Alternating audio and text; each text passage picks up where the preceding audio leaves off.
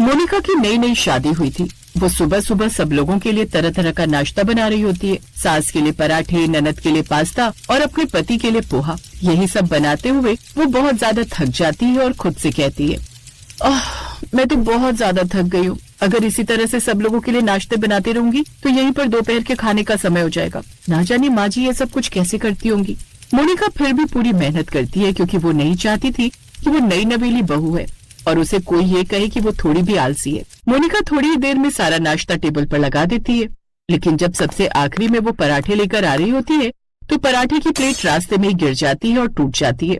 तभी उसकी सास उस पर गुस्सा करते हुए कहती है, बहू ये क्या कर रही है? तूने तो मेरे सारे पराठे गिरा दिए। अब जब तक तू ये दोबारा बनाकर लाएगी तब तक तो मेरे पेट की भूख और बढ़ जाएगी। मुझे माफ कर दीजिए, दरअसल जल्दबाजी में चलने और जल्दबाजी में नाश्ता लेकर आने की वजह से ये हो गया। पूरे 10 दिन हो गए तुझे इस घर में आए, लेकिन अभी भी तूने जल्दबाजी करना बंद नहीं किया है। अरे सुबह जल्दी उठ जाएगी तो इतनी मेहनत नहीं करनी पड़ेगी। मैं सुबह के 6 बजे उठती हूँ। अब आप क्या चाहती हैं कि मैं 4 बजे उठ जाऊँ? अपने मायके में तो मैं सुबह के 10 बजे सोकर उठती थी। अगर अपने मायके में देर से उठने में मजा आता था तो फिर शादी करने की जरूरत क्या थी? तेरी माँ ही हमारे घर रिश्ता लेकर आई थी। दोनों को इस तरह से लड़ते हुए देखकर अब मोनिका की ननद बीच में बोल पड़ती है, अरे आप दोनों बेकार में लड़ाई करना बंद कीजिए। यहीं पास में एक ठेला खुला है जो कि सुबह का बहुत अच्छा नाश्ता रखता है। मैं अभी वहाँ से जाकर माँ के लिए 2 पराठे लेकर आती हूँ। अरे रहने दे, न जाने कैसे पराठे होंगे वो। अगर उन्हें खाने से पेट में गैस बन गई तो न जाने किस तरह का आटा इस्तेमाल करते हैं वो मिलावट वाला। माँ, एक बार मेरा और मेरे दोस्तों का कुछ खाने का मन था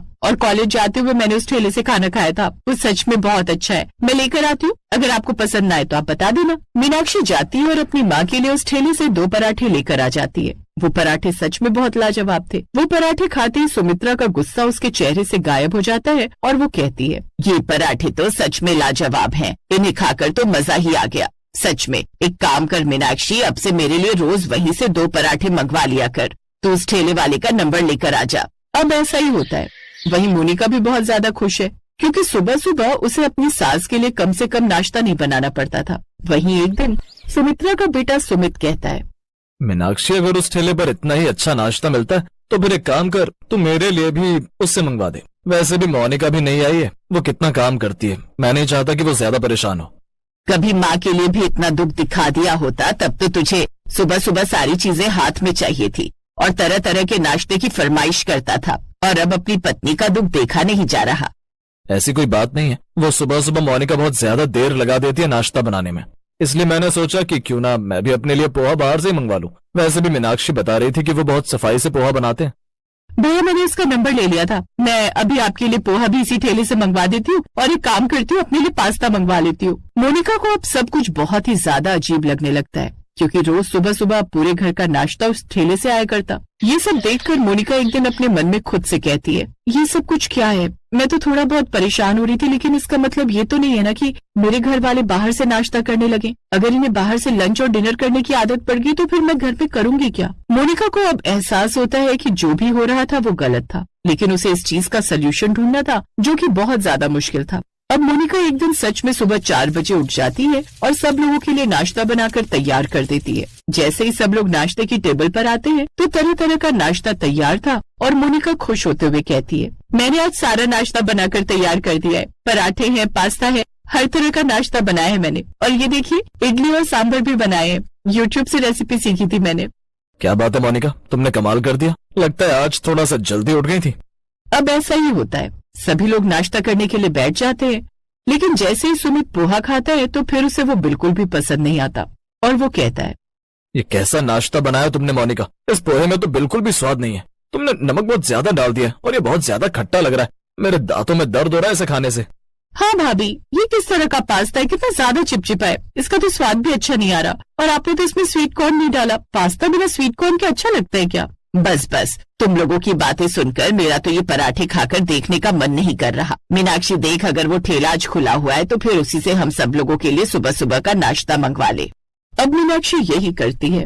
वो ठेले वाले को कॉल करती है और थोड़ी देर में सुबह का पूरा नाश्ता आ जाता है। वहीं मोनिका का सारा नाश्ता व्यर्थ हो जाता है। वो अपने कमरे में जाती है और रोते हुए खुद से कहती है, मैंने कितनी कोशिश की कि मैं इस घर के लोगों का प्यार जीत सकूं, लेकिन इन लोगों को तो उस ठेले का नाश्ता ही अच्छा लग रहा है। मुझे बहुत ज्यादा बुरा लग रहा है, लेकिन कुछ कर भी नहीं सकती। अब मोनिका बिल्कुल खामोश रहने लगती है। वो सुबह का नाश्ता बनाना बिल्कुल बंद कर देती है। वो अपने लिए कभी कभी कुछ बनाया करती और खुद ही खा लिया करती। वही उसके पूरे ससुराल वाले उसी के सामने बैठकर सुबह सुबह ठेले का नाश्ता खाया करते। लेकिन एक दिन उनकी पड़ोसन आकर उन्हें खबर देती है, तुम लोगों को पता है वो जो सुबह सुबह ठेले वाला नाश्ता लगाया करता था, उसके खाने में मिलावट मिली है। थोड़े दिन पहले वहाँ पर छापा पड़ा था, वो आटे की जगह मैदे का इस्तेमाल कर रहा था और भी कई तरह की मिलावट कर रहा था। कैसी बात कर रही है तू? ये बात तो मुझे पता ही नहीं थी। मोनिका बहू, अब से तो तुम मेरा नाश्ता बना दिया करना, मैं उस ठेले का नाश्ता नहीं खाऊंगी। तुम तो जानती हो कि मैं 2 टाइम जिम जाता हूँ और अपनी सेहत का कितना ध्यान रखता हूँ, और अगर मेरी सेहत को कुछ हो गया तो क्या होगा? और अभी तो मेरी शादी भी नहीं हुई। अगर मेरे शरीर में कोई दिक्कत होगी तो फिर कोई मुझसे शादी नहीं करेगा और मुझे सारी जिंदगी अपने मायके में ही बैठना पड़ेगा। भाभी, आप जैसा भी बनाओगी मैं चुपचाप खा लूंगी। मोनिका भी खुश होकर सब लोगों के लिए नाश्ता बनाने को तैयार हो जाती है और उसके बाद रसोई में जाती है। वही खिड़की से उसकी पड़ोसन रसोई में झांकती है और कहती है, ठीक है मोनिका, तूने मेरे घर आकर मुझसे विनती की थी कि मैं उस ठेले की बुराई करूं और देख मैंने कर दी, लेकिन अब तुझे भी अपना वादा निभाना होगा। आंटी, आप बिल्कुल भी फिक्र मत करिए। जब मैं सब लोगों के लिए नाश्ता बनाया करूंगी तो मैं आपके लिए भी खिड़की से नाश्ता पार्सल कर दिया करूंगी। आखिर आपने मेरी इतनी मदद की है और धीरे धीरे मैं कोशिश करूंगी कि समय से सब लोगों के लिए नाश्ता बना दिया करूं। पड़ोसन कहती है, सच में तू बहुत अच्छी है। जहाँ आजकल की बहुएं काम करने से भागती हैं, वहीं तू काम करने को तैयार है। तू सच में बहुत अच्छी है और ऐसे ही काम करती रहे। और रही उस ठेले की बात, तो फिर वो ठेला भी जरूर कोई ना कोई मिलावट करता ही होगा, वरना इतने सस्ते दाम में कोई भी खाना बनाकर तैयार नहीं कर सकता। अच्छा हुआ जो हमने तेरे घर वालों को वो सुबह सुबह ठेले वाले नाश्ते का इंतजाम खत्म कर दिया। पड़ोसन की मदद से मोनिका के जीवन में सब कुछ ठीक हो जाता है। मोनिका धीरे धीरे अपने घर वालों को इस बात के लिए मना लेती है कि रोज हर कोई एक तरह का नाश्ता न खाए।